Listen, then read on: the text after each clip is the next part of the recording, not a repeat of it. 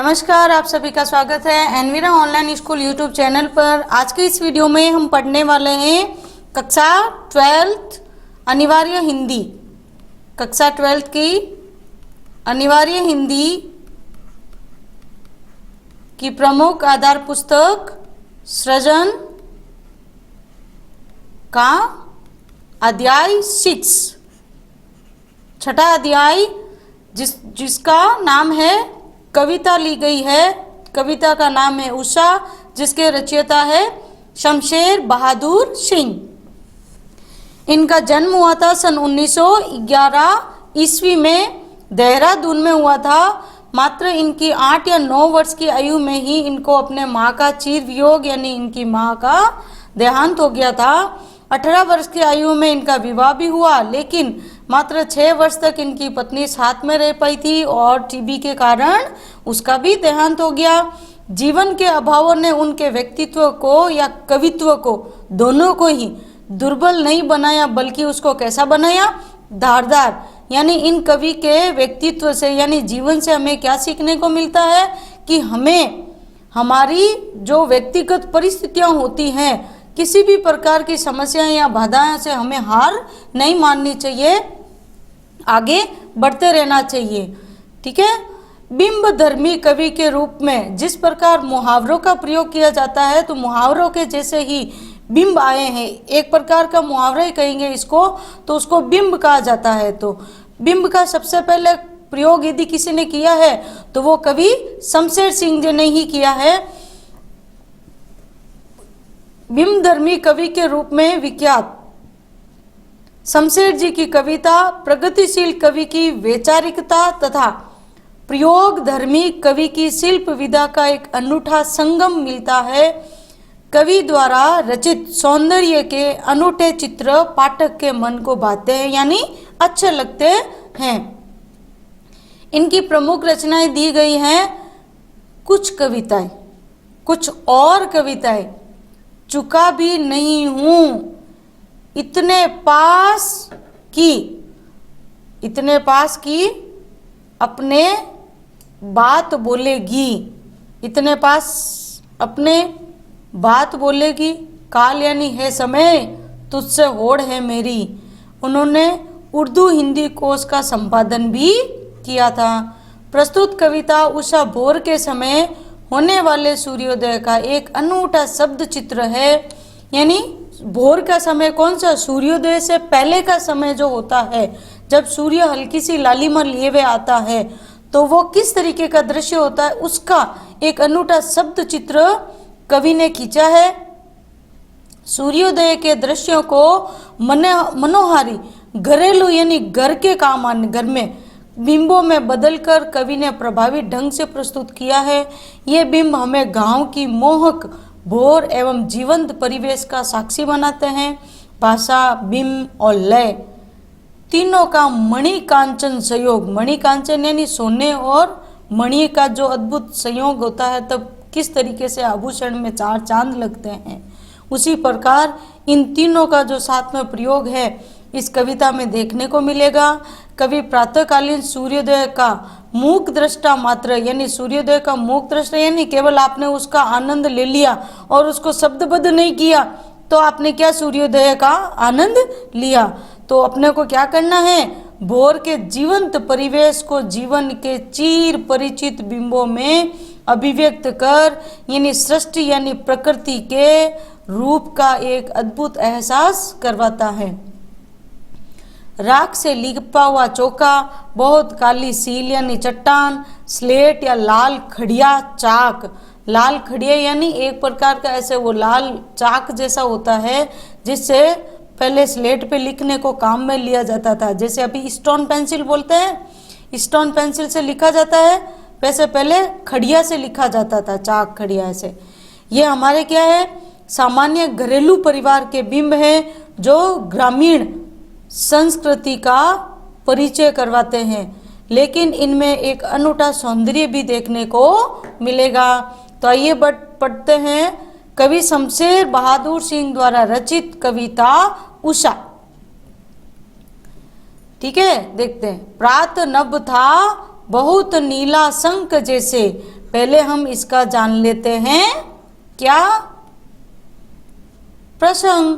प्रसंग कैसे लिखा जाएगा, तो इधर मैंने शब्दबद्ध किया है आपके लिए कि प्रस्तुत काव्यांश हमारी पाठ्य पुस्तक सृजन में संकलित कवि शमशेर बहादुर सिंह जी की कविता उत्साह से उद्धृत है। कवि ने इसमें भोर के समय का एक अनूठा शब्द चित्र अंकित किया है या खींचा है। ठीक है, अब कवि व्याख्या करते हुए क्या कहते हैं कि जब मैंने प्रातःकालीन जब मैं दृश्य में देख रहा था सुबह सुबह, तब सुबह क्या, सुबह से होने वाला वो सूर्योदय से पहले का, तो मैंने आकाश की ओर देखा तो वो कैसा दिखा कि प्रात नभ था नीला शंख जैसे। यानी कवि कहता है कि प्रातः काल का जो आकाश था वो कैसा दिखाई दे रहा था, एक गहरे नीले रंग के जैसा दिखाई दे रहा, अर्थात पूरा नीले रंग का दिखाई दे रहा था। जो किसके समान लग रहा था, ऐसा लग रहा था कि वो क्या है, शंख के समान है। ठीक है, भोर का नभ यानी सुबह का आकाश, और अगले ही पल यानी ये पहले तो मुझे नीले शंख का जैसे दिखा, और जैसे ही उसमें सूर्य का धुंधला प्रकाश जैसे थोड़ा थोड़ा आने लगा, तो अगले ही पल मुझे क्या दिखाई देने लगा कि राख से लिपा हुआ चौका। राख से लिपा हुआ चौका कैसे दिखाई देता है, वो गहरा गहरा गहरा कालीमा लिए हुए होता है, ऐसे धुंधली कालीमा लिए हुए होता है। तो लिए हुए होता, तो मुझे अगले ही पल वो आकाश कैसा दिखा कि भोर होने पर सूर्य के धुंधले प्रकाश के मेल के कारण वो राख के जैसे रंग का यानी कालीमा लिए हुए हो गया, और अब वो राख से लिपे फर्श वाले किसी रसोई घर के समान लग रहा था, यानी फर्श के समान लग रहा था, जिसको अभी अभी लिपा कर यानी गीला पड़ा है। ये क्या है, कोष्टक में इस शब्द का प्रयोग किस लिए किया है कि राख से लिपा हुआ चौका। अब ऐसा तो चौका हुआ सूख जाने के बाद तो उसका रंग कैसा हो जाता है, भूरा भूरा दिखता है, तो अभी गीला पड़ा है। इसको कोष्टक में लेने के कारण यानी कवि ने जो यह बिंब का प्रयोग किया है कि राख से लिपा हुआ चौका, तो इससे क्या हो रहा है कि आकाश की कालीमा जो के लिए जो ये बिंब काम में लिया है, वो यहाँ उसको स्पष्ट करने के लिए, ठीक है, स्पष्ट करने के लिए इसको कोष्टक में लिखा गया है। ठीक है, आपके प्रश्न भी है आगे इससे संबंधित। लिपे जाने के कारण वो गीला दिखाई दे रहा है, और थोड़ी ही देर में क्या हुआ कि बहुत काली सील जरा से क्या कि लाल केसर से कि धुल गई हो, और अगले ही पल ऐसा लग रहा ये आकाश तो कालीमा लिए हुए था ही था, और गहरे नीले या काले आकाश में जो उषा काली लालिमा यानी जब सुबह सुबह सूरज जो लाल गोले के रूप में दिखता है, और उसकी लाल गोले की लालिमा इस आकाश पे जो दिखाई देती है, आकाश में दिखाई देती तो वो कैसी लग रही थी कि मानो कोई बहुत काली सील यानी आप चट्टान के ऊपर काली ऐसे चट्टान के ऊपर यदि आप क्या डाल दो, यदि इसी के साथ यदि आप उसको रेड कलर कर देते हैं, लाल कलर, ऐसे लाल केसर जैसे ही मिलता है यानी पानी से उसको धो देते हैं तो कैसी दिखती है, लाल कैसी दिखती है, जैसे केसर छिटक देते हैं तो वो उसके समान लगने लग जाती हैं। यानी काली सील पर आप जरा सी लाल केसर डालेंगे तो वो कैसे दिखती है, उसी के समान कवि को भी आकाश में उषा कालीन लालिमा लग रही थी। या अगले ही पल कवि को ऐसा लगा कि जैसे किसी बच्चे ने स्लेट पर, अब स्लेट कैसी होती है यहाँ से आपको अच्छे से समझ में आ जाएगा, स्लेट का रंग कैसा होता है, काले कलर का होता है, और उसके ऊपर लाल खड़िया बच्चे कैसे मल देते हैं ऐसे यूं यूं, ठीक है, तो मल देने के कारण वो कैसी लग रही थी, ठीक किसके समान, एक ऐसा लग रहा है कि सूर्योदय की लालिमा उसमें ठीक वैसी ही लग रही है। ठीक है, कि किसी ने लाल रंग की खड़िया या चाक को स्लेट पर मल दिया हो। विशेष देखिए इसमें कि भाषा कैसी है, सरल है, और वर्णन शैली बिंब अंकित करने वाली है, और खड़ी बोली भाषा लिख सकते हो आप। ठीक है, सरल सहज साहित्य खड़ी बोली भाषा में बिंबों का प्रयोग किया गया है।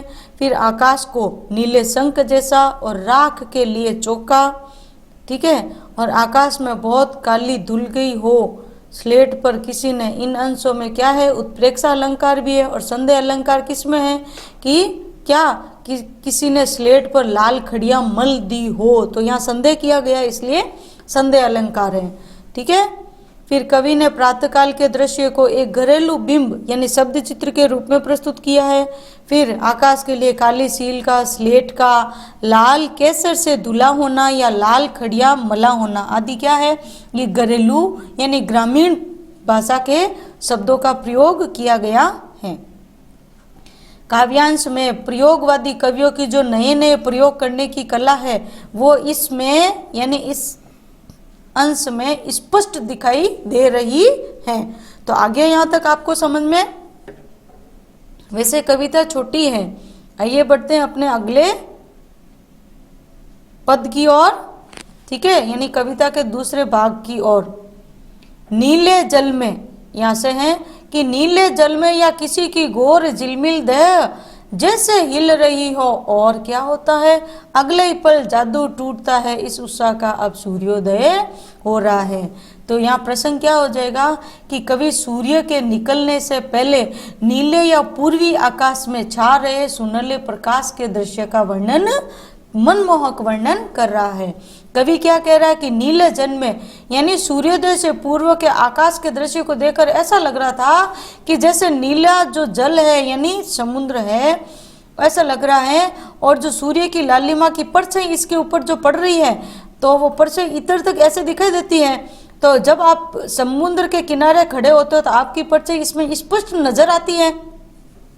ठीक है, तो ऐसा लग रहा है कि जैसे नीले जल में इस जो उषाकालीन लालिमा की जो परछाई पड़ रही है, ऐसा लग रहा है जैसे किसी सुंदरी का गोरा और झिल मिलाता शरीर, जो हवा हिलती है तो वो पानी भी हिलता है, तो वो छवि किसके समान, ये इस तरीके से दिखाई देती है। तो ऐसा लग रहा है कि गोरा और झिल मिलाता शरीर हिल रहा हो। सूर्य के उदय होते ही क्या होता है, जादू टूट जाता है उषा का जो अगर आपको आनंद लेना हो ना तो आप प्रातः काल सूर्य उदय होने से पहले उठिए और सूर्य के उदय से सूर्य उदय होने से पहले जो आपको पल पल बदलता जो उषाकालीन दृश्य दिखाई देगा आकाश में, तो आप खुद भाव विभोर हो जाएंगे। आकाश का यह जादू कैसा है, उषा काल का जादू बहुत ही मोहक दृश्य। और ये कब अदृश्य हो जाता है कि सूर्य का जैसे ही प्रकाश ऊपर आता है कि उषा की इस जादू के सारे रंग क्या हो जाते हैं, गायब हो जाते हैं। क्यों?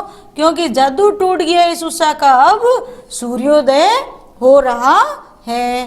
ठीक है, फिर विशेष में देखिए भाषा कैसी है, सरल है, शब्दों का चयन विषय के अनुरूप ही किया हुआ है। दृश्य बिंब का प्रयोग है, यहाँ दिखाया गया है ना कवि ने कि देखो कैसा, तो अपने सामने वो शब्द चित्र अपने सामने साकार हो रहा है, तो दृश्य बिंब का प्रयोग। बिंब विधान कैसा है, अद्भुत है और मनमोहक। फिर ग्रामीण प्रचलित भाषा के शब्दों का भी प्रयोग किया गया है, यानी ग्रामीण संस्कृति के शब्दों का प्रयोग किया गया है। फिर वर्णन शैली में कवि की जो शब्द चित्र अंकित करने की कुशलता है वो यहाँ प्रमाणित हो रही है। दूसरा कि नीले जल में किसकी संभावना की है कवि ने यहाँ पे, किसकी, कि नीले जल में किसी सुंदरी के गौर झिलमिल देह की कल्पना की है। किसमें, इस सूर्योदय की क्या उषाकालीन लालिमा की जो परछाई इसमें पड़ रही है उसके अंदर। तो यहाँ कौन सा अलंकार हो गया, उत्प्रेक्षा अलंकार है। तो समझ में आ गया आपको। आइए बढ़ते हैं इसके प्रश्नोत्तर की तरफ। पहला प्रश्न वस्तुनिष्ठ प्रश्न में देखिए, पहला प्रश्न है कि उषा कविता में क्या है, किसका वर्णन किया गया है। तो आप अच्छे से बता सकते हो किसका वर्णन है यहाँ पे, सवेरे की लालिमा का वर्णन, सूर्योदय का नहीं है, सूर्योदय से पहले का है, तो आप ये सही नहीं हो सकता है। ठीक है, फिर दूसरा प्रश्न देखिए, जादू टूटता है उषा का में, जादू का क्या अर्थ है, भोर का सौंदर्य कह सकते हैं, ये भी सही हो सकता है। वही जादू है तो जादू का मतलब तो क्या होता है, आकर्षण। ठीक है, फिर देखिए अति लघुतरात्मक प्रश्न में देखिए प्रश्न संख्या पहला है, भोर का आकाश किसके समान नीला था, भोर का आकाश नीले शंख के समान। ठीक है, किसके समान? कि शंख के समान। फिर कवि ने नभ को राख से लीपा हुआ चौका क्यों कहा है? क्योंकि जब किसमें? आकाश में जब सूर्य की लालिमा आकर मिलती है तो वो हल्का हल्का इसे कालीमा लिए हुए होता था, काला दिखने लग जाता है। तो फिर उसका रंग कैसा दिखाई देने लग जाता है? राख के समान दिखाई देने लग जाता है। और वो भी कैसा? जब वो गीली हो। ठीक है, गीली राख कैसी दिखाई देती है? उसके समान। इसीलिए कवि ने इसको राख का चौका बताया है। फिर तीसरा है कि उषा का जादू टूटने का क्या तात्पर्य है? कि सूर्योदय होते ही, सूर्योदय से पहले यानी उषा का जादू के जो मनमोहक दृश्य होते हैं वो सारे क्या हो जाते हैं? गायब हो जाते हैं। मनमोहक दृश्य गायब हो जाना या अदृश्य हो जाना। ठीक है, फिर देखिए लघुत्रात्मक प्रश्न। देखिए लघुत्रात्मक प्रश्न में दिया हुआ है, कवि ने पूछा सबसे पहला आपसे कि लाल केसर और लाल खड़िया चाक के माध्यम से कवि क्या व्यक्त करना चाहता है? तो कवि इन दोनों ही उपमानों से, ये उपमान दिए हैं दोनों यानी बिंब दिए हैं, तो इसमें उषा काल के जादू को पाठकों तक पहुंचाना चाहता है। कवि ने उषा की लालिमा के आकर्षक दृश्य को इन पाठ के हृदय में पूरी तरीके से उतर जाए, इसलिए इन दोनों सुपरिचित उपमानों का सहयोग लिया है। लाल केसर से बना हुआ रंग कैसा दिखाई देता है? हूबहू उषा की लालिमा जैसा ही दिखता है। और यदि उसको काली सील को धो दिया जाए, किससे? इस लाल केसर से। काली सील यानी जो सिलबट्टा होता है, चट्टान का छोटा सा टुकड़ा जिसपे मसाले आदि पीसे जाते हैं, तो अगर उसके ऊपर लाल इस केसर को छिटक दे तो वो उसी उषा की लालिमा के जैसा ही दिखेगा। ठीक है, और स्लेट का रंग लाल खड़िया चाक यानी स्लेट का रंग भी काला होता है, और उसके ऊपर यदि लाल खड़िया या चौक को यदि आप ऐसे मल दो तो वो भी कैसे दिखाई देगा? उषा की लालिमा जैसे ही दिखाई देगा। तो इस प्रकार इनके माध्यम से ही वो पाठक के मन में किसको? उषा की लालिमा को यानी उषा की लालिमा के जादू को पाठक के मन में उतार सकता है। प्रश्न संख्या दूसरा देखिए, उषा कविता में कवि का क्या संदेश है? कि कवि ने इसमें क्या संदेश दिया है? कि परिवर्तन ही संसार का नियम है। इसे हमें ध्यान में रखते हुए क्या करना है? कि प्रकृति के प्रति भी सद्भावना रखनी चाहिए। यही इस कविता में प्रमुख संदेश है। और वहीं परंपरा से हटकर नवीन उपमानों का प्रयोग करना चाहिए और पाठकों के प्रति की प्रकृति के प्रति रुचि भी बढ़नी चाहिए। ऐसे प्रयोग हमें हमारी कविताओं में करने चाहिए। कवि शमशेर हिंदी कविता के प्रयोगवादी कवियों में अपना महत्वपूर्ण स्थान रखते हैं और इस उषा कविता में भी उन्होंने नए प्रयोग दिए हैं। इसके साथ साथ कवियों को भी संदेश दिया है कि वो परंपरा से हटकर क्या करें? नए प्रयोग करें, और वो नए प्रयोग प्रकृति के प्रति लोगों के मन में अनुराग जगाने वालों यानी प्रेम जगाने वाले हो। ठीक है, फिर तीसरा प्रश्न देखिए कि उषा कविता की प्रमुख शिल्पगत विशेषता बतानी है। शिल्पगत का मतलब होता है व्याकरण। ठीक है, तो कविता उषा में कवि ने क्या किया है? भोर के प्रतिपल यानी पल पल बदलते दृश्य को शब्दों में बांधने के लिए नए नए उपमान एवं बिंबों का प्रयोग किया है। ठीक है, अब चूंकि कवि शमशेर एक प्रयोगवादी कवि माने जाते हैं, तो कविता के शिल्प यानी व्याकरण में नए नए प्रयोग करने में उनको आनंद की अनुभूति होती है, और कवि को तो स्पेशली होती है, विशेष रूप से। उन्होंने अपनी कविता में प्रातःकालीन आकाश को कैसा? नीला शंख, राख से लिपा हुआ गीला चौका या काली सील पर लाल केसर, लाल खड़िया, चाक से मली स्लेट, ये इस तरीके के जो दृश्य बिंब प्रस्तुत किए हैं, तो इसकी प्रमुख शिल्पगत विशेषता कौन सी मानी जाएगी? नवीन बिंब योजना। ठीक है, यानी नया प्रयोग इसमें क्या हुआ है कि बिंब योजना का प्रयोग हुआ है, तो वो ही आपको यहाँ पे देना है। ठीक है, अब देखो निबंधात्मक प्रश्न में एक प्रश्न दिया हुआ आपके, एक शमशेर बहादुर सिंह की उषा कविता का वर्णन आपको अपने शब्दों में करना है। तो मैंने अपने शब्द किए हैं कि जब मैंने प्रातःकालीन सूर्य के दृश्य का आनंद लेने के लिए जल्दी उठकर मैंने जब आकाश को निहारा यानी आकाश की ओर देखा तो लगा कि भोर होने में कुछ ही समय शेष था। तो देखा कि गहरा नीला आकाश एक विशाल काय नीले संके जैसा लग रहा था और आकाश में भोर का धुंधला प्रकाश ऐसा लग रहा था जैसे वो कोई राख से लिपा गया चौका हो या रसोई घर का फर्श है जो अभी अभी लिपा होने के कारण कैसा दिख रहा था, गीला दिखाई दे रहा था। और तभी ये दिख ही रहा था, तभी दूसरे ही पल क्या हुआ कि दृश्य बदलने लगा और ऐसा लगने लगा कैसा कि ये आकाश एक विशाल काली सील के समान लग रही थी और ऐसा लग रहा था लालिमा जो इसके ऊपर आई तो ऐसा लग रहा कि लाल केसर के जल से इसको धो दिया गया है। और थोड़ी देर में ऐसा लगा कि ये तो मानो स्लेट पर किसी बच्चे ने क्या मल दी है, लाल खड़िया मल दी है। ठीक है। और अगले पल जब वो एक लंबी प्रतिबिंब के रूप में दिखने लगा तो ऐसा लग रहा था कि ये तो नीले जल में किसका, एक जल मिलाती किसी सुंदर युवती का गोरा शरीर है जो लहरों के जल में हिलता दिखाई दे रहा है। और धीरे धीरे ये लालिमा का जादू खत्म होने लगा। क्यों? ओ ये लो, अब तो सूर्य का उदय हो रहा था और धीरे धीरे ये मनमोहक भोर का दृश्य भी अदृश्य होता जा रहा है।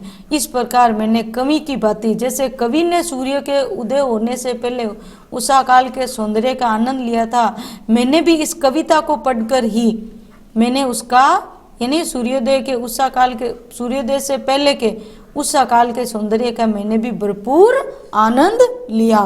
तो आप भी उसका भरपूर आनंद उठाइए। ठीक है। अब व्याख्यात्मक प्रश्न जो दिए गए हैं वो आप व्याख्या में से लिख सकते हैं, उतार सकते हैं। तो आप अपनी तैयारी जारी रखिए, परीक्षाएं बहुत जल्द होने वाली हैं। तो वीडियो को बहुत दूसरों तक भी आप जितने अधिक संख्या में पहुंचा सकते हैं, जितना आप दूसरों की मदद कर सकते हैं उतनी आप कीजिए। और यदि आप स्वयं इस चैनल पर नए हैं तो आप पहले सब्सक्राइब जरूर कर लीजिएगा। और जहाँ कहीं आपको लगता है कि यहाँ सही नहीं बताया गया है तो आप ज़रूर कमेंट कर दीजिएगा, क्योंकि आखिर कमियाँ हमारी जो आप बताएंगे तो हम उसमें सुधार का प्रयास ज़रूर करेंगे। तो साथ में बने रहिए और वीडियो को पूरा देखने के लिए और साथ में बने रहने के लिए आपका बहुत बहुत धन्यवाद, आभार।